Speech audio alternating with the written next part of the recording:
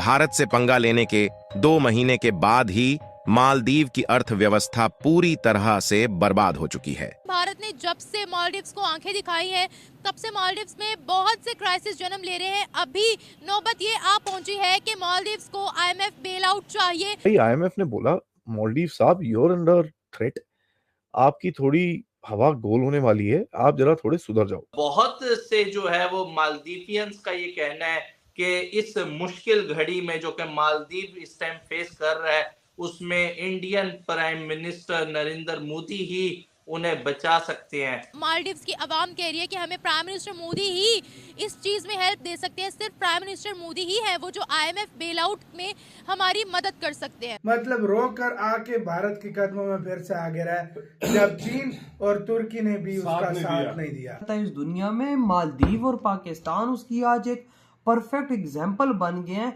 हमारे पास मालदीव वालों atom bomb था, उस एटम बम के साथ इन्होंने, भारत ने हमारा क्या हाल किया। मालदीव जो है वो भी फंस चुका है बुरी तरीके से। और वो कहते हैं ना कि लौट के बुद्धू घर को आए, तो वो बुद्धू घर को आया हुआ है पैसे मांगने के लिए आपके पास, इंडिया के पास, भारत के पास। भारत ने दुनिया में हमें इतना बर्बाद किया कि भाई आज हम ये नहीं पाकिस्तानी बोल सकते कि हमारे पास एटम बम है। बस हवा निकल गई। आईएमएफ ने कहीं ना कहीं बोला है कि साहब, आप भी जरा पाकिस्तान की तरह लाइन में लग जाइए, आपको भी जरा बेल आउट की जरूरत है। जहां उन्हें आईएमएफ से जो है वो बेल आउट पैकेज लेना पड़ रहा है, वो कह रहे हैं कि इस मुश्किल घड़ी में नरेंद्र मोदी जो है वो हमारा साथ दे सकते हैं। नमस्कार, जय हिंद दोस्तों भारत से पंगा लेकर मालदीव बुरी तरह से फंस गया है।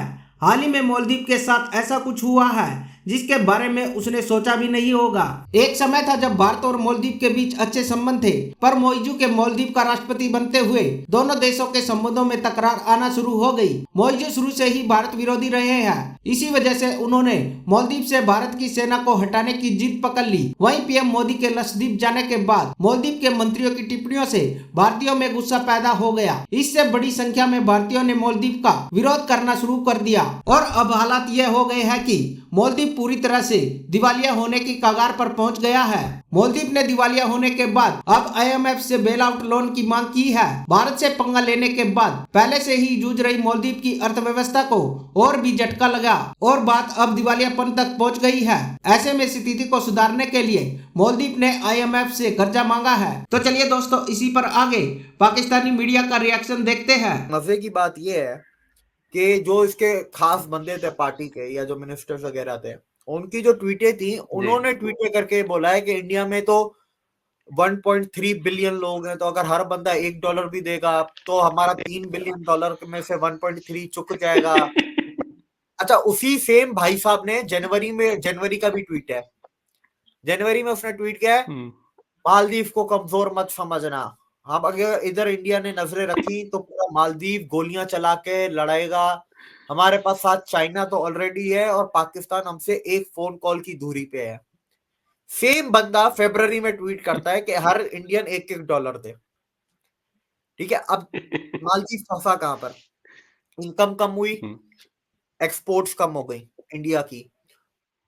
जो इंपोर्ट मालदीव करता था चीजें, खाने पीने की, मसालों की, जो भी आगे पीछे जरूरत की चीजें, वो इंडिया ने उनको दिया हुआ था कंसेशंस।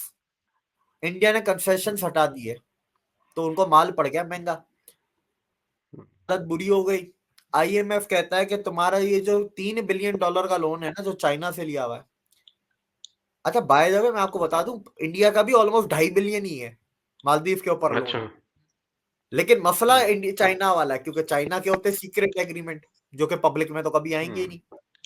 आईएमएफ ने कहा है कि तुम अगर ये जल्द से जल्द तुमने पे नहीं किए तो तुम बैंकक्रप्ट हो सकते हो इसी अगले क्वार्टर में, इसी साल अगले क्वार्टर में। अब एक और चीज, इंडिया से तो कोई रिस्पॉन्स आया नहीं क्योंकि मालदीव ने ऑफिशियली नहीं मांगे कोई भी मदद। हाँ, लेकिन एक होता है ना मीडिया के थ्रू चीत वगैरह, वो शुरू हो गई है ट्विटर, सोशल मीडिया पे। मार्च में 17 मार्च को, तो वैसे क्या 17 मार्च को मालदीव के पार्लियामेंट्री इलेक्शन है, नो कॉन्फिडेंस वोट होके हट भी सकता है मीजू। अच्छा, यानी आपको तब्दीली नजर आ रही वहां पर, जिस तरह के उनके मुआशी हालात हैं वो पछता रहे होंगे कि उनके जो लोग हैं उन्होंने गलती की, जिसकी वजह से सारा का सारा ये उनका जो एक चलता हुआ निजाम जो है वो बैठ गया है। बिल्कुल। अभी तो और बैठेगा। तो इंडिया की देखे, मीजू के अलावा भी कोई और आ गया ना, इतनी आसानी से इंडिया देगा नहीं। इंडिया देगा क्योंकि वो तो इंडिया की फेवर वाला ही आ गया ना, पर इतनी आसानी से नहीं देगा।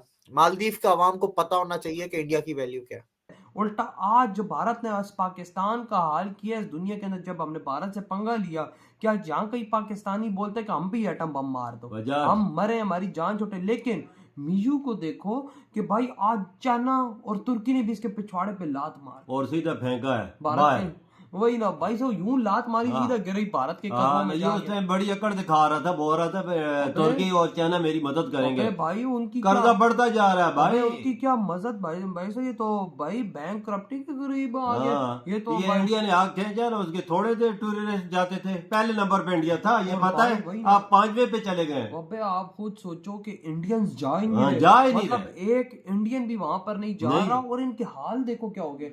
भारत ने आलू बंद कर दिए, प्याज बंद कर दिए, दुनिया की जो वहां पर चीजें जा रही, दवाइयां बंद कर दी, प्रोडक्ट बंद कर दिए सारे हाल के समय। अब वो महंगे दामों पर उधार लेकर वो ले रहा है, तो सोचो भाई साहब, डॉलर कोई आसमान से तो नहीं आता, उल्टा भाई साहब जो भारतीय उधर आते थे उधर डॉलर देते थे, तो वो ये लेकर ये चीजें करता था। अब भारतीय ही नहीं आ रहे तो डॉलर कहां से? बिल्कुल, किधर से जाएगा? तब भी तो चाइना को बोला हमारी मदद करो भाई, हमें पैसा दो, हमारे पास पैसा कोई नहीं, लेकिन चाइना ने बोला हम तो नहीं देते। जा चाइना नहीं देगा, वो पाकिस्तान का क्या हाल किया सोच ना, चाइना पाकिस्तान को कर्ज में डुबोए हुए क्या ना, वही ना, वही भी कुछ नहीं रहा, वही ना। और उधर से भाई साहब जो भारत हाल अब मालदीव का, जो भारत ने कदे कसम से किसी ने नहीं सोचा था, भारत ने उसका गला दबाया और हल्का हल्का दबा के उसका गला ही दबा दिया। इनका इलाज ही ऐसा था, ये बहुत अकड़ दिखाते थे, वजह देश की मंत्रियों ने भी गंदी गलीज जबान इस्तेमाल की। मोदी जी वो इंजाम देखा है, फौज बुलाने का कुछ नहीं, मोदी जी ने तो बुला लिया, वो उन्हें अपने दूसरे इलाके में तैनात कर दिए। उनका क्या जाता है उनका तो कुछ नहीं जाता।